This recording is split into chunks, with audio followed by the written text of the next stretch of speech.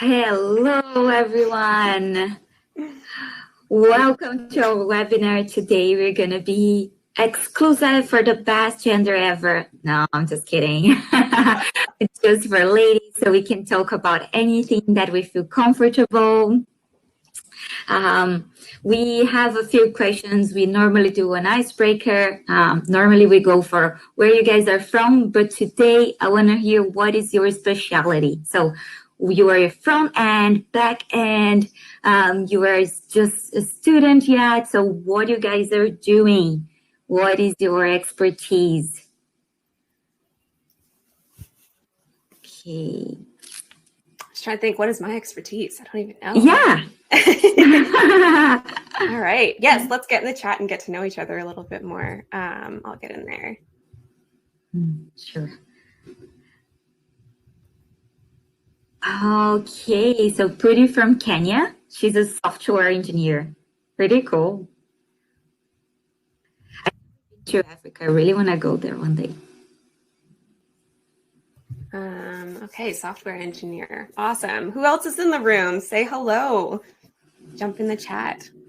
Love to get to know who's in here. Software developer as well. Fantastic. Nice. Nigeria, vertical project management. Nice. Really cool. Got mine in there. And I'm not from a tech background, but doing a talk on women in tech. So, that's how it goes. Developer from Brazil. Hi, welcome. The rest of the team at Women in Tech World are all techies, and then I bring in the research and facilitation and the communications and such kind of piece of it, but have talked to a lot of developers and other people in tech. That's pretty cool because I never found my place in terms of, am I more into the human piece and communication? Am I more in the tech? And I did engineer, but then I switched it. And then it's nice to know that you can always find a place where you can use all your expertise. Mm-hmm. Yeah, absolutely. Yeah. It's been really incredible. I come from a science background, which I don't mention in the talk actually, but I come from health science and in Canada. Excellent. Okay. I come from a health science background, and that's where kind of the research, community-based research came in. But I'm also a writer, entrepreneur. I founded a company working with startups, and a lot of them are tech-based. So and then with Women in Tech World, I've got to know a lot of people in the tech space and kind of found my home within it. And when I first kind of got into the community in 2017, I didn't think I belonged because I didn't have those technical skills. But it's been a really welcoming, incredible community, and found that there's room for lots of different kinds of people. And we ended up talking to 1,600 women in tech, but they were from everything from library technicians to product managers, tech companies to software developers, people working cryptocurrency, entrepreneurs who have tech-enabled or fully tech kind of companies. So it was really cool to see that massive spectrum of who considers themselves to be women in tech. So welcome everyone. It's true. It's there is no boundaries between or you have to be a developer or a project management. We are all in the industry, so that's great. Well, we got one more analyst advisor specialist from India. Yeah, a lot of Brazilians. Victoria is true. I'm Brazilian too, and I live in Vancouver. It's been 5 years since I'm in Vancouver, but I'm Brazilian too. Brazil, Canada, with your husband, business analyst, pretty cool. Mm-hmm. All right, I guess we got some time so people can join. And we had another talk going on just before ours, so I know some people are just coming in, coming out. But let me introduce you in a more formal way. So thank you, Melanie, for accepting our invite. Melanie is a Canadian-born entrepreneur, right now living in Ireland and soon moving back to Canada. To work as a public speaker, community-based researcher, and advocate for gender equality in tech and business. Melanie sits on the Women in Tech board, and she plays an active role as lead research and facilitator in the community-based research initiatives to support and advance women in tech. And Melanie, thank you so much for being here. I'm going to give you the stage, and I'll be here just paying attention and take notes. Cool. Awesome. Well, thank you so much for having me here. I'm really excited to talk about the research that we've done and essentially what's going to happen over the next kind of 45 minutes. And I'll try to keep it into that so we have time for questions and such as well. But my talk is called Standing Up for Each Other, What I Learned from Talking to 1,600 Women in Tech. I'm going to share my slides in just a moment and kind of tell you a story. And we're going to walk through our research that we did at Women in Tech World, what it felt like to go through that research and be a part of that, how it relates to the world outside Canada, because we were focused on Canada at the time, and then what I learned and what the team learned from that research and in terms of how we can better support each other and advance women in tech. Because one of the questions we always get, and I always get, is that question around, like I understand that there are barriers and that it can be a difficult space to be in trying to get into tech industry, but also to stay within the tech industry as a woman. And we'll dig into that a little bit more. But the question always becomes then, what can I do? And it comes from an individual space. What can I do as an individual? And we want to answer that. I want to answer that. And so I've come up with some different things that I think that I've seen work, but also want to answer from kind of what can we do as a community? How do we support each other? If you're a manager, how do you support the next generation of women in tech, and et cetera, because we all play a role in that. So that's what the next 45 minutes will look like. And please do feel free to hang out in the chat. I'm going to ask a few questions along the way, but you don't have to wait for my questions to ask me questions or to comment. And we should have time at the end to have a bit of a conversation. So I'm really keen to hear your thoughts. If what I talk about is new or kind of like, yep, that's the experience I have, or whatever kind of reaction you have, I'd be really curious to hear. So we're going to just jump right in. Let me share my screen. Also, let me know if I'm talking too fast or anything to that kind of effect as well, because I do that when I get excited. How do I share again? Where's my share screen? It's disappeared. Oh, I just have to make it bigger. 1 sec. Yeah. Okay. Okay. I just have to make it bigger. Yeah. The little computer icon at the top. Perfect. Okay. Okay, so I want to be able to see the chat. Let's see what happens when I hit present. Can I still see the chat? A little bit. A little bit. Okay, what I might do is come in and out of the chat then. But I think it's being monitored. If there is so any question, I can just pick it up and let you know, like, so-and-so had a question, so don't worry. Perfect. Okay. All right. Well, welcome. Once again, my name is Melanie. I'm the lead researcher and facilitator at Women in Tech World, which you'll also hear me call it WIT World. So what is Women in Tech World? We are a research-based organization that's dedicated to creating systemic change for women in tech ecosystems. And while we were kind of, while we developed in Canada, we're now in different areas. I myself am in Ireland, and we have people on the team from different areas of the world and are kind of just growing a little bit more inch by inch, year by year. But we are a volunteer-based organization that have had up to 150 volunteers working on projects within research and programs that came out of that research over the past, I guess, 3 years now. I already told you what we're going to talk about here today, so I'm going to just jump right in about this whole thing I'm talking about, talking to 1,600 women in tech. What is that all about? So let me take you back to 2017. This is the storytelling portion. So back in 2017, this is when we launched what we called Driving WinTech, a tour to connect women in tech. This was a grassroots community-based research tour that took us into communities across Canada to have real conversations with women in tech. So pictured here, you can see me facilitating one of these conversations. We ended up doing 30 of them. Each conversation had somewhere between 10 and 60 predominantly women that came out to the conversations. About 10% of our participants identified as men. And you can also see here, and you'll see this throughout the presentation, these artifacts in yellow all over the place. So we have your story, we have word challenging, and why did you choose this word? So these are actual artifacts from the workbooks that you can probably see on the tables that the women are working with. So in those workbooks, part of our research activity was that they would write in those and kind of provide their feedback and stories there. So we pulled those out and have shared them and continue to share them in ways like this. So when you see that, those are the real pieces of research that people have contributed and said that we can share anonymously, of course. So this particular conversation was in Calgary, Alberta. This is one of the 30. But I didn't do this research tour alone, of course. So that's me on the, I don't know which side it is for you. Hopefully you can tell which one it's me. I had a bit longer hair back then. But that's me. I was on the research tour. I was one of the lead researchers and facilitators. And then Ali Close, who's right beside me or on the opposite side of me, standing up. She's the founder of Women in Tech World. And she was the other researcher and facilitator. And she's really kind of the data mind behind all the things. And the woman in the middle, her name's Sarah. She was our research assistant. And we also had another assistant called Katie, who was with us for a couple of weeks.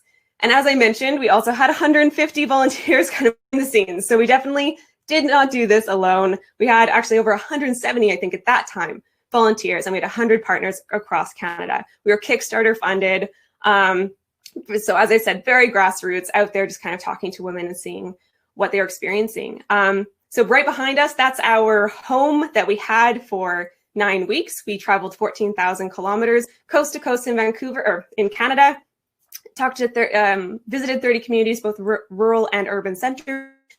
One, sure we were kind of going to places that people know to be kind of the tech hubs of Canada, but also other areas that have really incredible and thriving tech communities that people are a little bit less familiar with. So people often ask us, what was it like to be on the road on this tour? Again, that's me up there. So honestly, as I mentioned, Kickstarter funded, grassroots. We didn't have much funding at the time. It was kind of like local tech companies in Vancouver reached out and put a little bit of money in the pot. So we did buy this RV that you see. Her name was Chitty Chitty Van Van, but she had lots of holes in her. And the entire tour, we were essentially sleeping in parking lots, campsites, and driveways. We had very little money, ate very little food. Essentially, this is our home where we ate, slept, and worked. And I remember everything from learning how to jump onto the top of the RV to be able to fix the roof there, to waking up in the middle of the night with water falling on my head, or driving along the road and our microwave falling off of the side of the camper van into the middle of our space. So that's what I call a full experience. Yes, a full experience. Absolutely. Yeah. So we didn't have a bathroom. We didn't have a working kitchen. It was fun. But it was actually really incredible. And this is me again. There's our bathroom that was not working. And essentially we went days upon days without Wi-Fi. So this was 9 weeks in total. This is when I learned that Canada has many, many areas that do not have Wi-Fi or phone signal. Learned, what it was like to be uploading something where it would take 24 hours to upload, where back in Vancouver, it might take 3 minutes or less. Spent hours uploading data, and then kind of going to sleep, waking up the next morning, driving to the next place, doing our facilitation, uploading data, going back to sleep. So it was a really incredible journey to be on the road for this, and very life-changing. But obviously, at the end of the day, it was really about the women that we talked to. As incredible and interesting and bizarre as it was to be on the tour itself, this is what it was about. It was getting up each day and getting to a new community and talking to these women. For me, this was life-changing as I realized how naive I had been. As I mentioned, if you were in the room at the time, I didn't actually come from a tech background. Although it was science background, it was health science.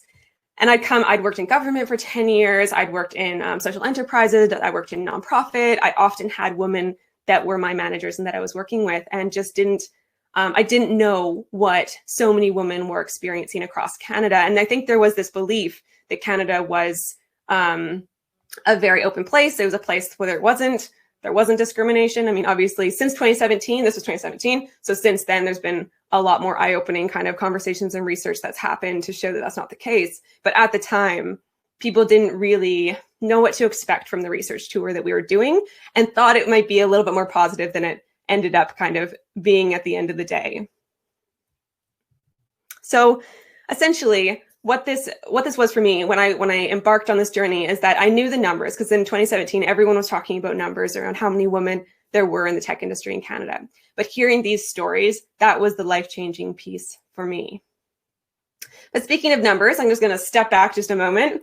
Speaking of numbers, the big number in Canada at the time was 25. So in 2017, women made up 25% of the tech industry. There was this kind of like hyper focus on how to fix the pipeline. You've probably heard that. It's still talked about today.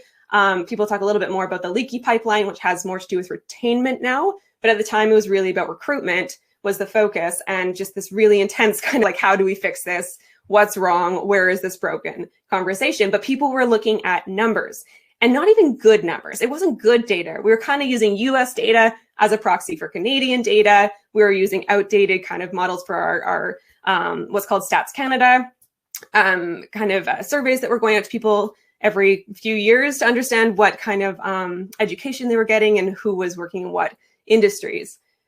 And it wasn't kind of the only numbers that were catching attention at the time.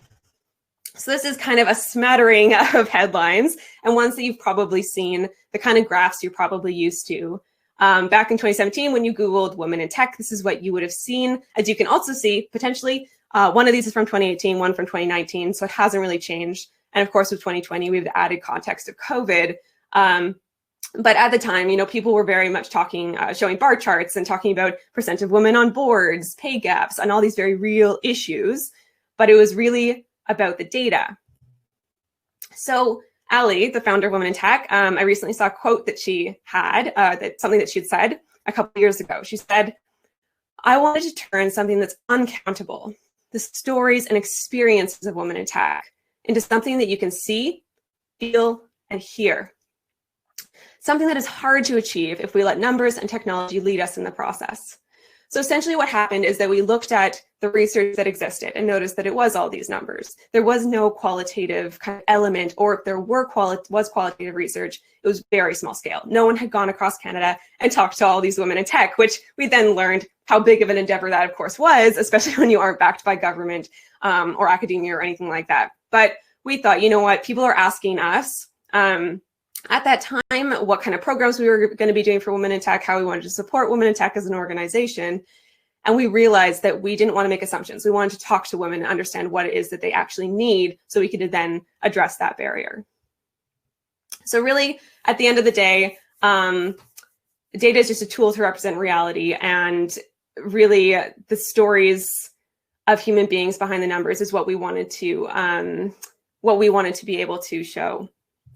So we had Driving with Tech, which you've already seen a little bit of the story behind that. This picture was actually taken in Ottawa. But as I mentioned before, Driving with Tech was this community-based research tour that was dedicated to shared storytelling and collective action. So these events that we had, and it gave people time to reflect on their own self-reflection, but it also gave them time to talk as a group and then as a community. So we kind of took this three-pronged approach to how are we going to get data and how are we going to talk about, or kind of like provide these safe spaces, or provide these spaces where people felt they could talk about their experiences. So it's a little bit blurry, I apologize for that, but this is a map of what it looked like and where we went to. So there were 2 territories we weren't able to get to, but otherwise we got to all provinces as well as Yukon. We set up these 30 community conversations in 2 months' time. And ended up talking to those 1,600 women in tech from coast to coast. So during the research, we collected 1,500 surveys that had demographic data, as well as some answers to some qualitative questions. We talked to these women in person. So we have 900 written accounts from talking to women in person, and we have 145 hours of audio recordings, which we listened to and transcribed. What we were trying to answer was firstly, who are Canada's women in tech? So when we were just in the chat before I started here, we were saying, there's so many different women in the women in tech community, and no one really knows how to define community. I mean, it's hard enough to define tech, let alone who are women in tech. But the government of Canada, as well as provincial governments and many other people, were developing programs for women in tech, and they didn't even know who these women were. So we were like, okay, let's just find out who is self-subscribing into this community. Who are Canada's women in tech? What are the successes and challenges that they're experiencing? And then we wanted to be really action-oriented and ask, what are the recommendations for creating more gender diverse and inclusive tech communities across Canada? So every time we walked into one of those rooms, the very first question we would ask is, what is one word you would use to describe the tech ecosystem in your city? And this is a question I would also have for you. I mentioned before that I'm going to ask you a few questions. This is one I have for you. If you're comfortable, I think you can also do a private message if you don't want to share publicly. But if you're comfortable getting in the chat, I would be curious to know, what is one word you would use to describe the tech ecosystem in your city? Just the first word that comes to mind. And there is no wrong answer, of course. And I'll share with you what other people have said. But I'm curious. Pretty interesting. It's hard. You say like it's easy, just the first one that comes to your mind, but it's not a simple question. So I guess we'll start by saying that I guess what is one word you would use to describe the tech ecosystem in your city? In Vancouver, for me, being a little on the sidelines is inclusive, because I come from Brazil. So for me, this is pretty inclusive. Yeah, that makes sense. Yes. We have some answers here. Yeah. So outdated, difficult, non-inclusive, sad, potential, startups, sexist, inclusive too. Okay. Yeah, feel free to click. Kenya is also from Brazil, so I think she can relate to my answer too. Yeah. And we heard that kind of story as well. It's interesting, layering on different kind of elements. And one thing to note is that with this research study, we did kind of invite everyone who identified as a woman in tech, either currently in the tech ecosystem, had left within 5 years, or were looking to enter the tech ecosystem. And you could also be an ally or a stakeholder. And then we tracked that. What was interesting is that people often ask us, what would you go back and do now? And I would love to do far more focused research on different populations to get like a little bit more of nuanced information. But in talking to these people, I'm going to show you one. This was Toronto at the time. So also said, intimidating, opportunity, fun, cold, varied, male, narrow, thriving, challenging, encouraging, frustrating, chaotic, behind, question mark, awesome. So many different words, but you can start to see that that it was interesting because we actually talked to a lot of women. I can't remember how many were in the tech Toronto one, but a lot of people would choose the same words. But we still got this like really, really incredible breadth of information in terms of what are these very unique experiences that we're all having within the same tech ecosystems.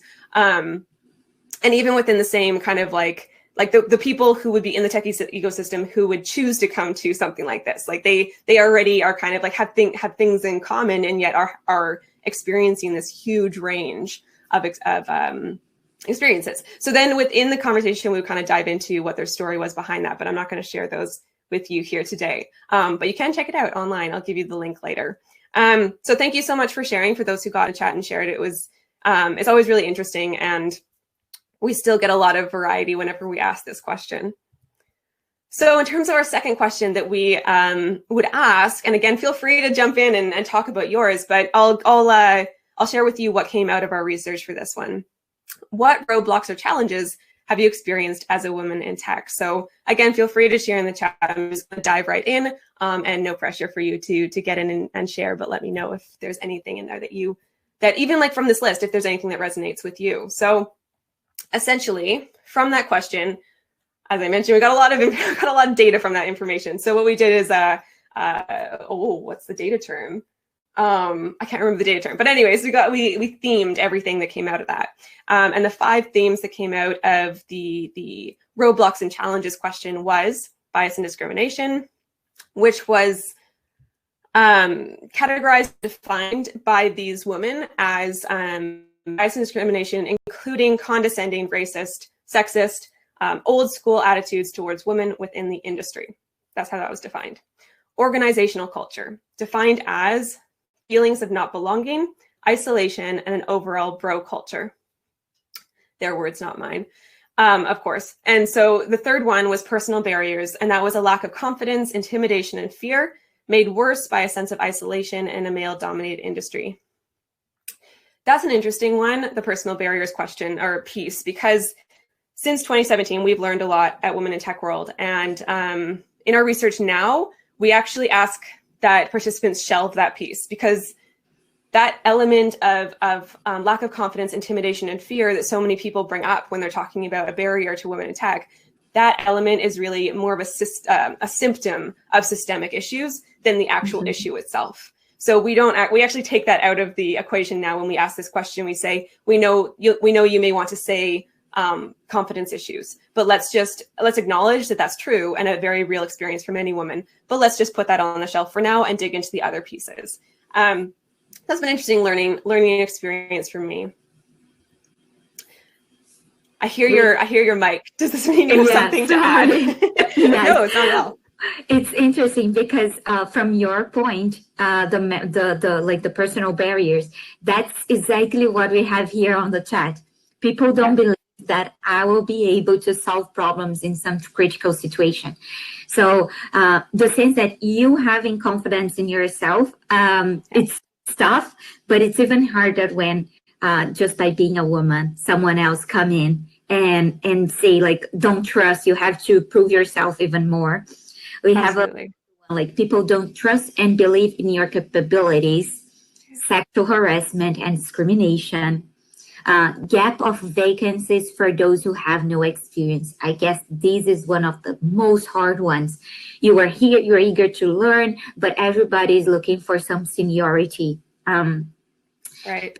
Question your knowledge, disrespect, mistrust, men with the same knowledge having more opportunities and promotions, lots of vacancies for those, lack of vacancies for those who doesn't have experience. So it's really connecting there. Absolutely. Yeah. Yeah. So some of those ones that you mentioned, I'll pop down to the education one and come back to resources. And the education piece was around technical skill development and as well as training and awareness regarding diversity, equity, and inclusion. But what you're describing in more detail is what has come out in more detail in the research that we've done more recently. We ended up after this research tour doing an additional research tour just in British Columbia in Canada. And then we also more recently this year did one with the government of Canada, which the report should be coming out very shortly. But that what you're talking about in the chat there around not having those opportunities and people looking for seniority and those kind of gaps, that was a really big one that we've seen come out when we really dig in, especially when we put the personal barriers question aside and really dig into, okay, if that wasn't a thing, what are the barriers? That came up a lot. So that's very much experienced across the board as well. And then resources and support systems, that was around unawareness and lack of support systems or resources. And I say unawareness because often we had women in the room saying there's no funding for women in tech, there's no this, there's no that. And then someone else would say, oh yeah, there is, you just have to go here, but it's buried somewhere. It's on some random website that's difficult to find. It's hard to navigate. You're already tired and dealing with all of these other barriers, and then trying to find resources and supports is difficult. And I will say since 2017, at least in Canada, there's a lot more, especially in 2020, there's a lot more resources and support systems, but even still, with our research this year, this came up as an issue. So then we kind of got into what was helping. So what's actually working in your community? What helps women in tech succeed? So this was that question around like what resources are already there? Are there scholarships? Is there education? What already exists so that we can then share that knowledge with each other? So the answers that came out of women in Canada at the time was they felt there were women who were mentors and role models. They felt that networking amongst women worked well, that there were conversations around gender diversity and inclusion happening at the time. This was during Me Too. Just to give some context, Me Too was at the exact same time as this, the beginning of it, I should say. That there are supportive communities for women at school and in work. There's also some accessible online education and self-learning programs, tech programs, events and workshops, and funding for women. It's funny because you'll see some of the things that were challenges are also here. And the reason for that is that while some support systems do exist and were acknowledged, they vary greatly and aren't in each community. So for instance, in like Vancouver and Toronto, they might say there's really good networking opportunities as well as programs and events. Whereas people in rural Canada would say, there's nothing, or I don't know where to find it. I don't even know who the other women in tech are in my community. I can't access them. So it was very, again, diverse in terms of who is able to access what. And we kind of broke that down a little bit more in our research. And again, since we did this research tour, we've now changed our own research methodology a little bit more to kind of reflect this element that is so varied. Okay, so what about outside of Canada? So I'm not going to jump into what we did in terms of the action planning yet. That will be at the end, because I want to kind of, I'm aware that there's some people in who are living in Canada here, but otherwise there's lots of people from outside of Canada. I will say most of the research I could find, and I've done some research over the last few years, but the most accessible research is around the United States and Europe. So that's most of my research as well. And I would love to know if you know kind of the data from your area or nook of the world, if you want to share that or even resources for where we can learn more about it, that would be amazing.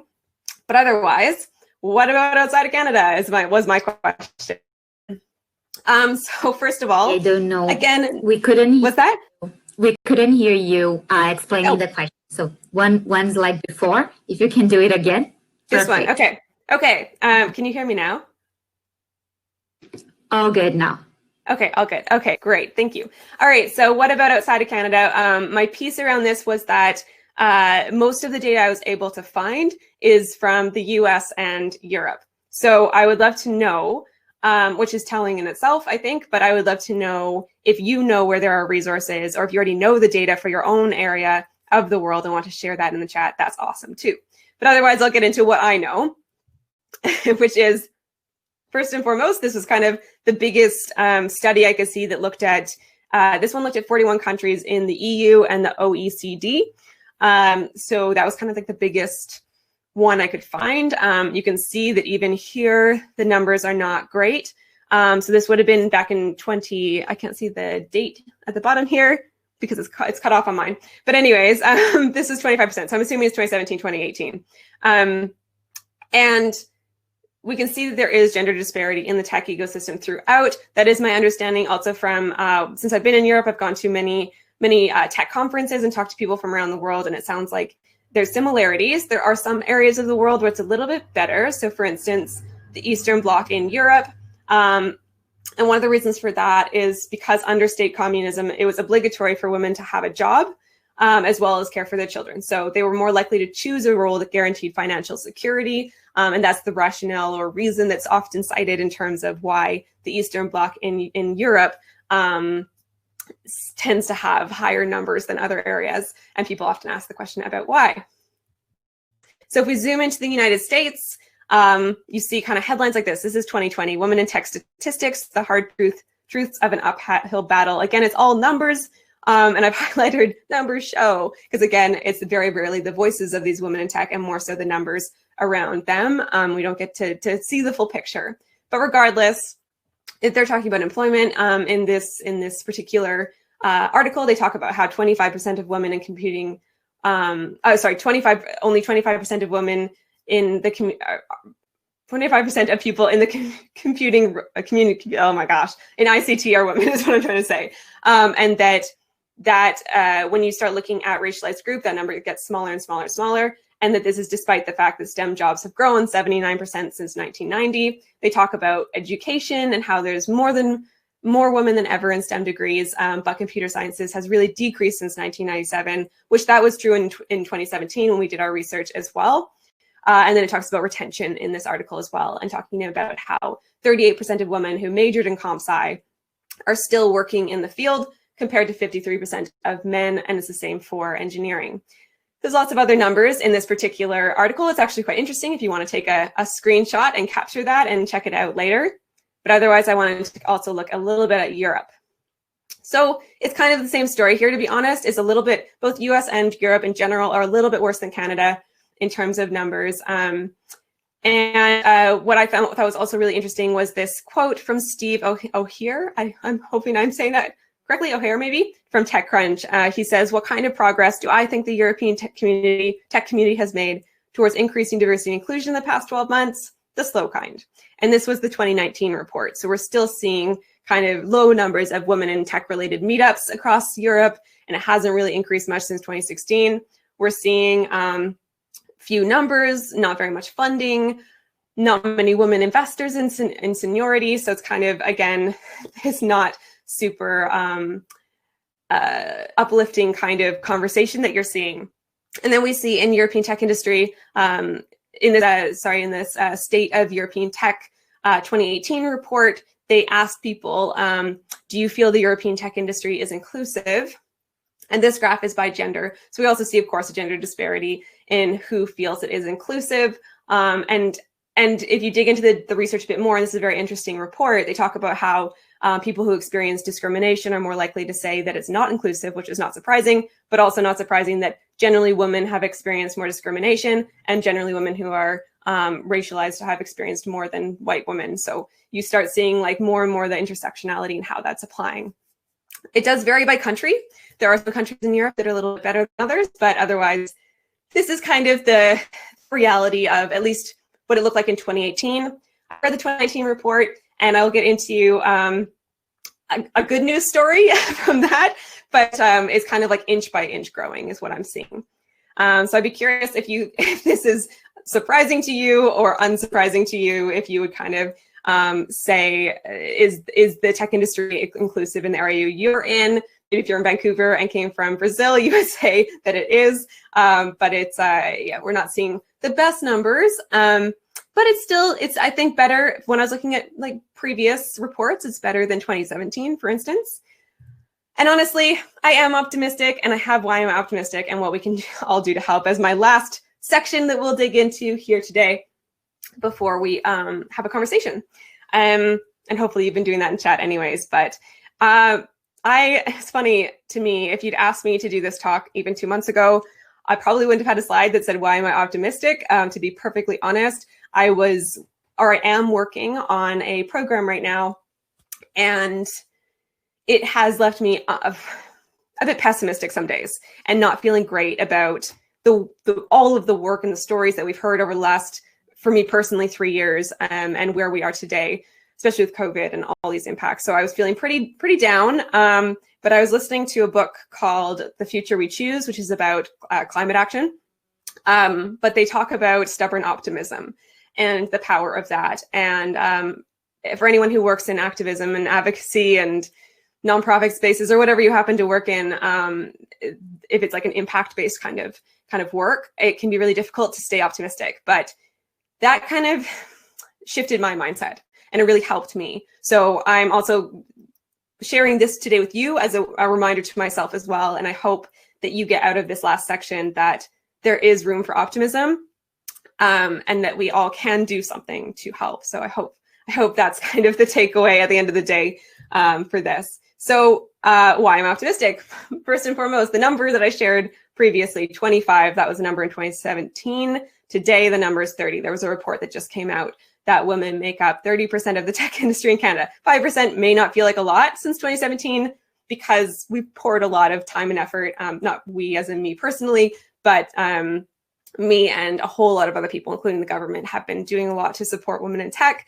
But it is an increase.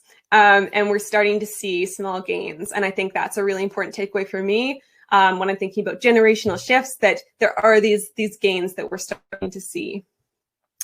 And as I mentioned, the government hired us to do a research project. Government of Canada hired us at Women in Tech World to do a research project to support their Women in STEM strategy. It's something they're caring about. They're actually hiring outside contractors to come in and do research and reporting honestly the findings as we reported them.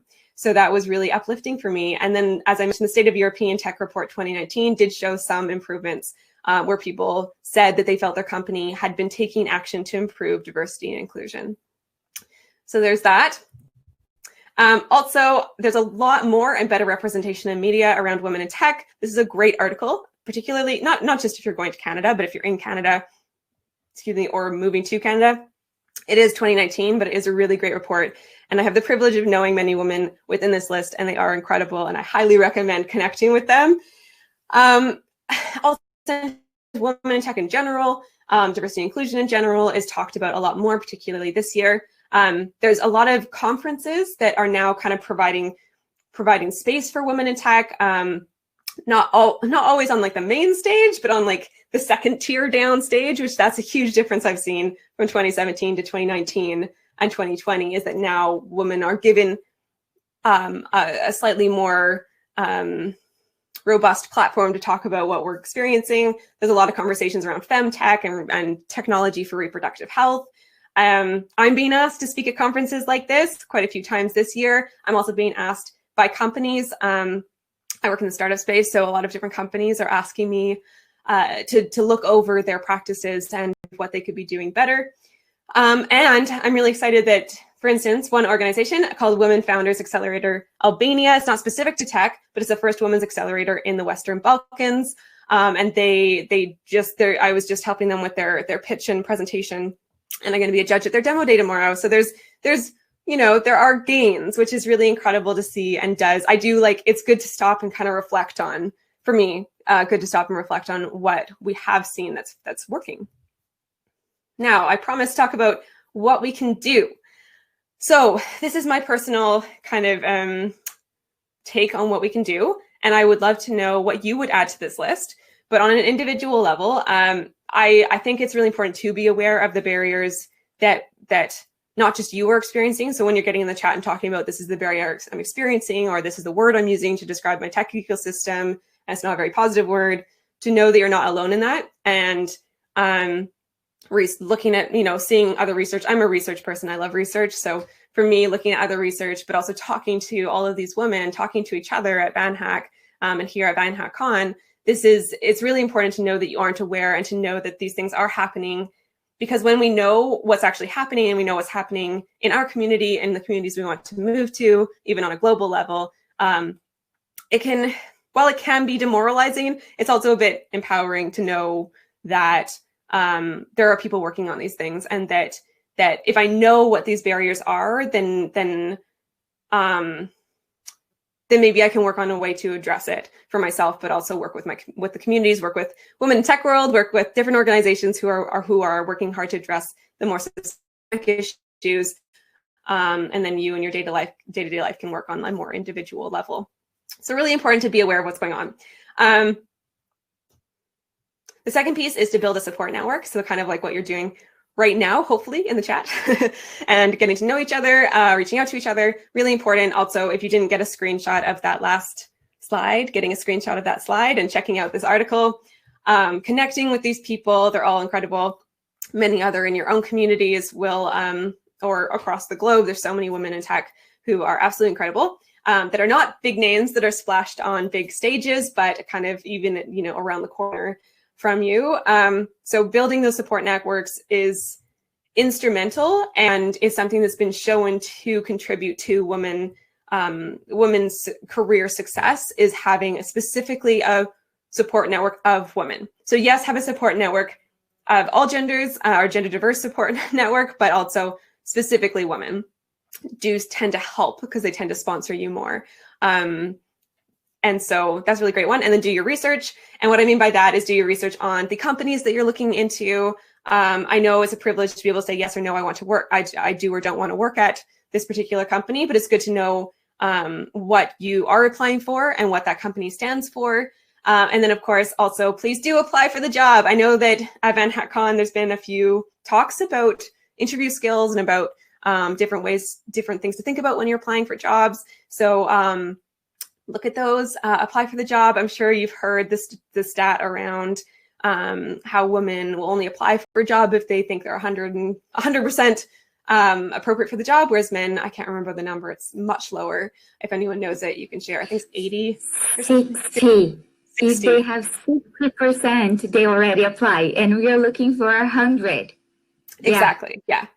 Yeah, and so I feel like I've been hearing that for years, but it's still applicable. Although 8 out of 10 millennial women apparently are choosing where to apply based on the record of diversity, equity, inclusion in the company. So it is worth checking out like Glassdoor and things like that to see how people are doing. Another one for me is sponsorship. So I heard recently someone say women are over-mentored and under-sponsored. So while mentors tend to be kind of formal or informal discussions, they give you suggestions and feedback and insights. A sponsor will promote you directly using their influence and networks.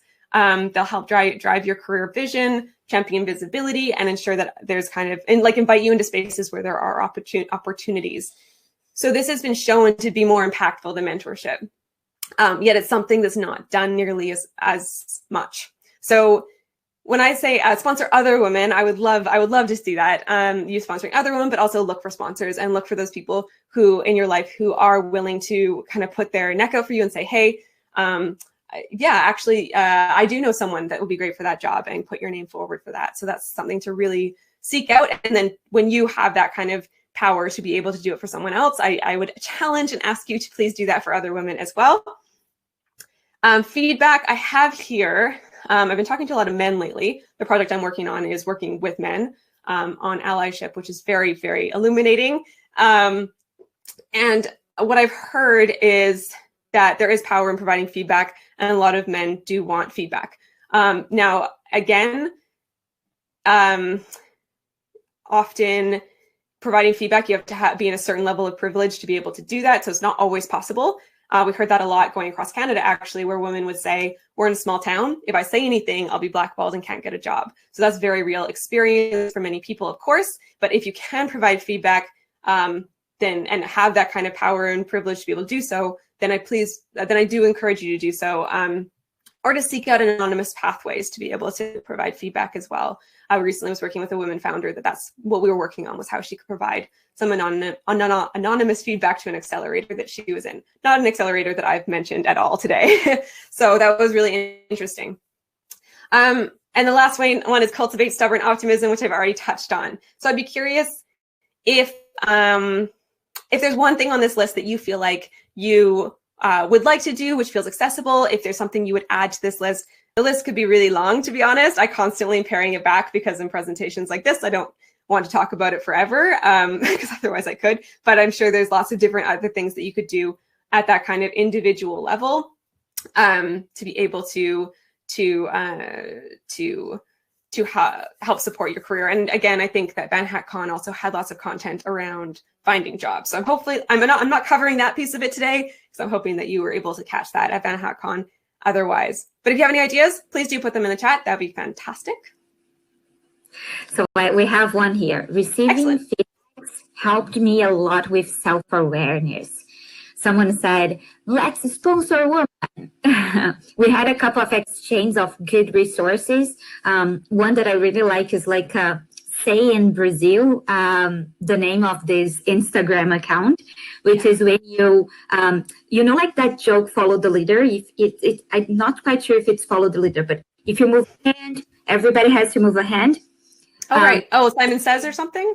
Simon Says. That's it. Yeah. We say something like, Maria, go with others. It's the same idea. Everybody does exactly the same. And that's the name that they gave. Maria goes with Babs and not others. So that's a pretty good one. We had a few resources like from researches, links, which is pretty good. So awesome. Yeah, that's cool. Cool. Are we able to sorry, go ahead. No, I was going to say that I'm just asking them to make sure that they continue this movement on our Slack channel. We have a Slack exclusively for women, and we divide into 5 channels to make it easier to share. One is like network. Awesome. The other one is resources. The other one is generic information. So just like every time you see something that it's worth sharing, you can just go there and you're going to be sharing with like almost 2,000 people all over the world, only women, which is pretty cool. That's incredible. Are we able to capture the knowledge that's going on in this chat here, like those resources being put there? Can we like copy and paste them, not with your names, but anonymously copy and paste the resources and put them in that Slack channel? Would that be doable? Yes, I can do. Mm-hmm. Amazing. Cool. Okay. I love it. Okay. So getting back to the research tour we did and kind of what other people came up with, this is the research action plan. Just so you know, Canada's Gender Equity Roadmap, a study of women in tech, is the resource. We didn't call it a report because we didn't want it to kind of be stuffy and just sit on your desk all the time. We wanted it to be something that people could actually action. If you go to womenintechworld.com/gender equity roadmap/Canada, you can check that out. You can also just go to womenintechworld.com, and there's a research, I think, drop down, and there's Canada's Gender Equity Roadmap, as well as Discovery Foundation's BC Gender Equity Roadmap. There's some provincial ones, and then the one from the government should be there soon, hopefully. And in the roadmap, you can see lots of different stories. So we did capture people's stories that we included in that roadmap. We also captured the building your action plan section. So the section around what can we do next was a really big part of what we did and that we shared back to the communities. So you can check out what they did here, but a couple of examples of what came out of this conversation, kind of like what you're talking about with the Slack channel. In one, I don't know if it's a city. I think it's a city, Sault Ste. Marie. It's small, relatively small. Maybe I shouldn't say that. Maybe it's mid-sized in Ontario. Excuse me. That was actually a really amazing one because it was our largest community conversation, 60 people, and but they didn't know each other at all. They walked in and they were just like, who are all these people in this room? They had no idea there were all of these women in the tech industry in Sault Ste. Marie because they all kind of stuck to their own companies. They were very siloed and never came together. So it was really cool. There's power in bringing together people from different areas, from different companies, from different sectors. And from that, like awareness of, wow, this is such an incredible community. What they did is they started a STEM group of volunteers.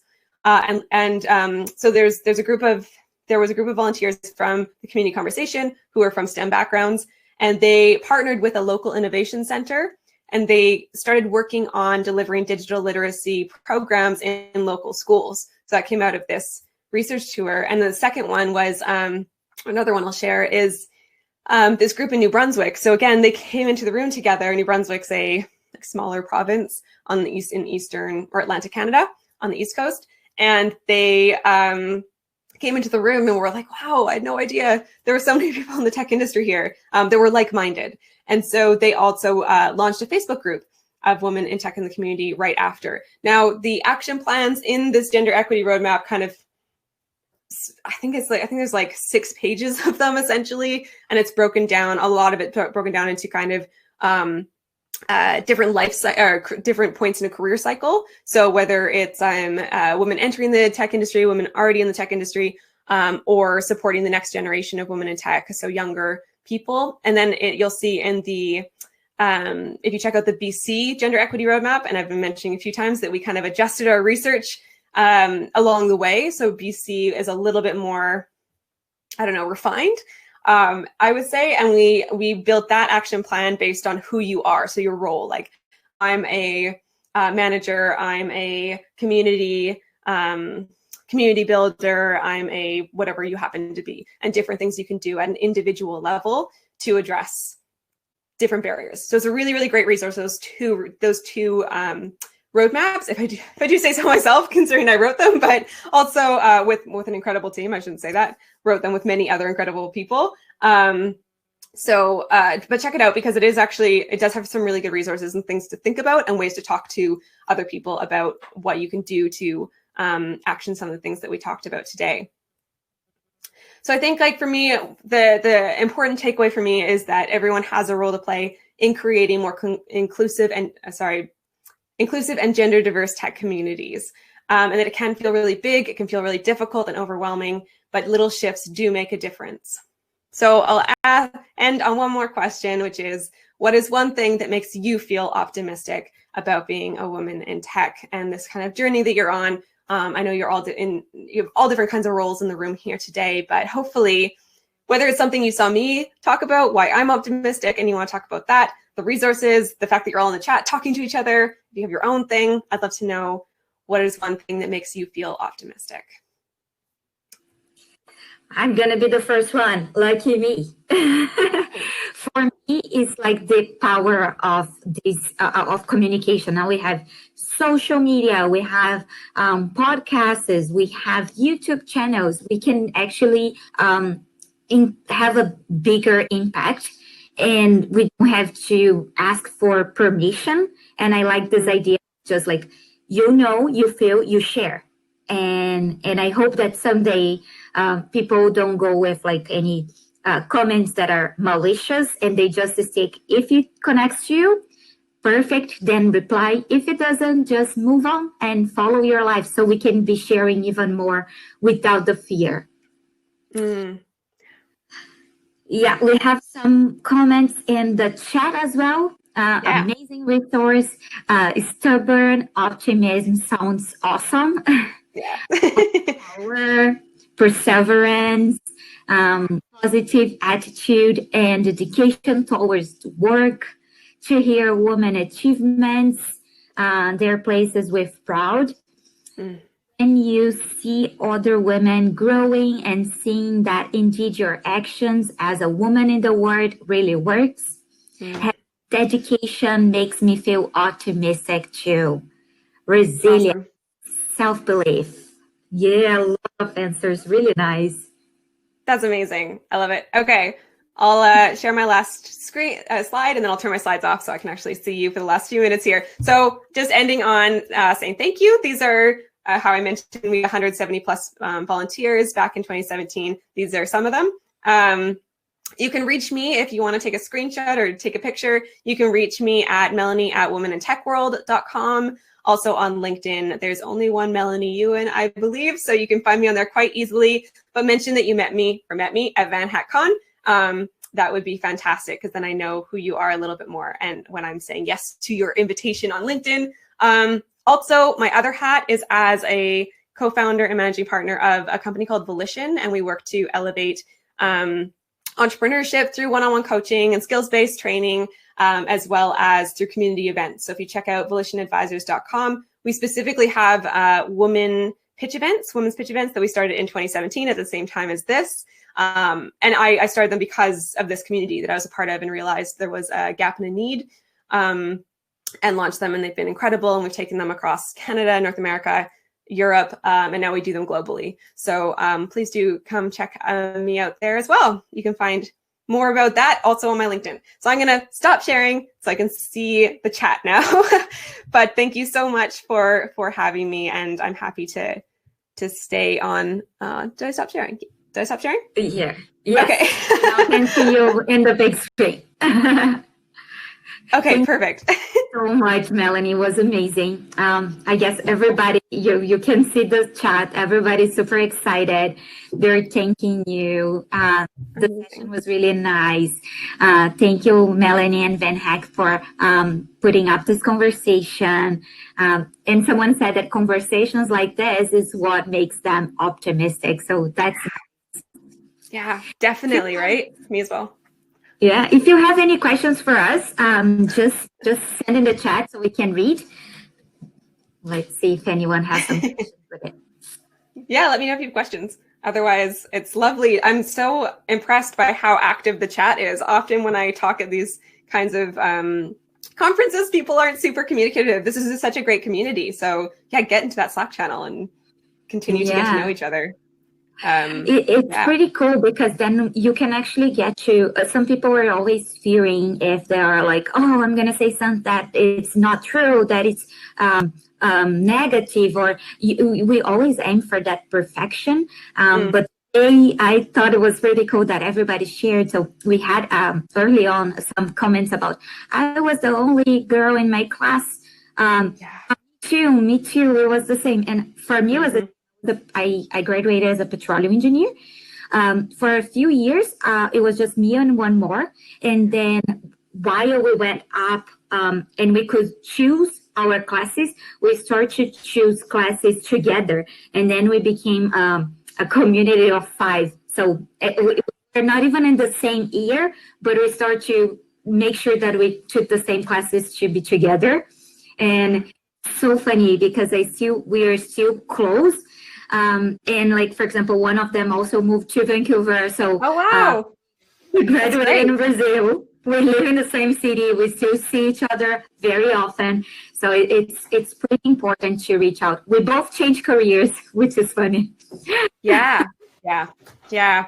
This is the thing, isn't it? But no, absolutely. Community, getting together, talking about it, having those like you are not alone conversations are incredibly powerful. And that was probably one of the most impactful things that came out of our research tour that we didn't really anticipate. We didn't realize how impactful bringing especially people together from like academia, from tech companies, from all over the place that you never otherwise kind of come together.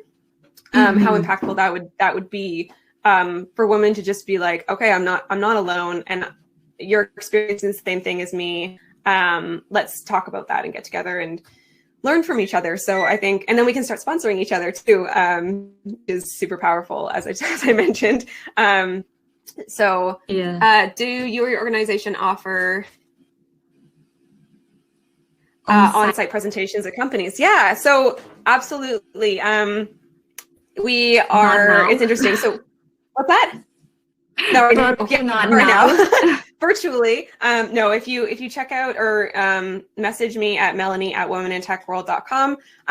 It's interesting because we started off at that kind of grassroots level, and then we have slowly been kind of like getting smaller and smaller. We're now working with Government of Canada, but like very specifically with one department in the Government of Canada, and now looking into working with companies as well, specifically to bring our methodology into the space. It's very unique, and it's weirdly fun. And it's weird to say that because it's difficult. Like, we have conversations where women are crying. We have conversations where it's very, being very honest and open and really powerful. But we do it in a way that we try to foster that kind of feeling of you are welcome and you can speak up, and it isn't there's no wrong answer here. And we have built our activities over the past 3 years into a way that kind of helps with that, helps people feel comfortable. That was really our main goal, is like, how do we make people feel comfortable in like 15 minutes to start it off? So that, because usually the activities are like an hour and 15 minutes, hour and a half. And so we have to very quickly be like, how do we make that happen? So that's a good so yeah, no, we absolutely are talking about like, how do we bring these into new kind of, how do we take our methodology from that like grassroots, and how do we make it applicable to a company, which actually with government was very powerful to bring it to a company level. You just have to be more, like, we have to be more aware of privacy, and we have to be more aware of like, this is not going to go back to your managers, that we hold the data, and just have to kind of be very careful about that and making sure everybody understands. But otherwise, yes. It's nice to build that trust, because then you know that you don't have to fear anything. Then you can just focus on being you and being honest and sharing, and not having to worry with any consequences. Exactly. And knowing that we'll advocate for you, and we're here for you. We're a third party. Like, we're not here to promote or give the company or whoever it is the answers they want to hear. We're here to advocate for you as the women in tech, or women in STEM. So yeah, thank you everyone so much for all your questions and your engagement. That's incredible. I really appreciate it. And yes, I see my LinkedIn's in the chat, so please do connect with me. And I saw someone saying that they're also a researcher. So good luck with that, and please do reach out, because I think that's super interesting. And I work with other researchers, like people who are doing their PhDs and want to talk about gender and entrepreneurship. And I do a lot on gender and pitching, because my company is well known for our pitch events, and have learned a lot about gender in the world of pitching. So if you're ever pitching and want to talk about that as well specifically, and then I'm happy to talk about that too. So thank you all so much. Once again, Melanie, thank you so much. It was amazing. I hope we can make more events like this, where we can understand each other, listen, and bring the numbers with the soul, and not just the numbers, which is pretty cool. I guess it was the biggest takeout. And I love the stubborn optimism. I always been, people say that sometimes we look silly because we're just being so optimistic, but let's be silly. That if that's being silly, I want to be silly. And, let's make sure that we can do more and more every day. Yeah, exactly. I think you need it to be realistic and stubbornly optimistic, and to persevere, which I heard someone say as well, which is another really important, and one of my favorite words. Perseverance is very important. So, sure. But lean on others to help you. That's nice. Just to close up, I want to remind everyone that we are having the Black Friday offer. So I'm going to stand here start the offer, so you can see on the chat as well. So we have discounts for every plan that we have, but the biggest discount is the 6-month plan, where you get 50% off plus 1 month for free. I'm going to share that on the Slack channel too, so you can check and get more information. Camila is there to help you out. So if you have any questions, we have some online sessions where you can reach it out. Thank you so much, everyone, for being here. Melanie, again, thank you so much. I see you all next month, ladies. It was a pleasure. Bye, everyone.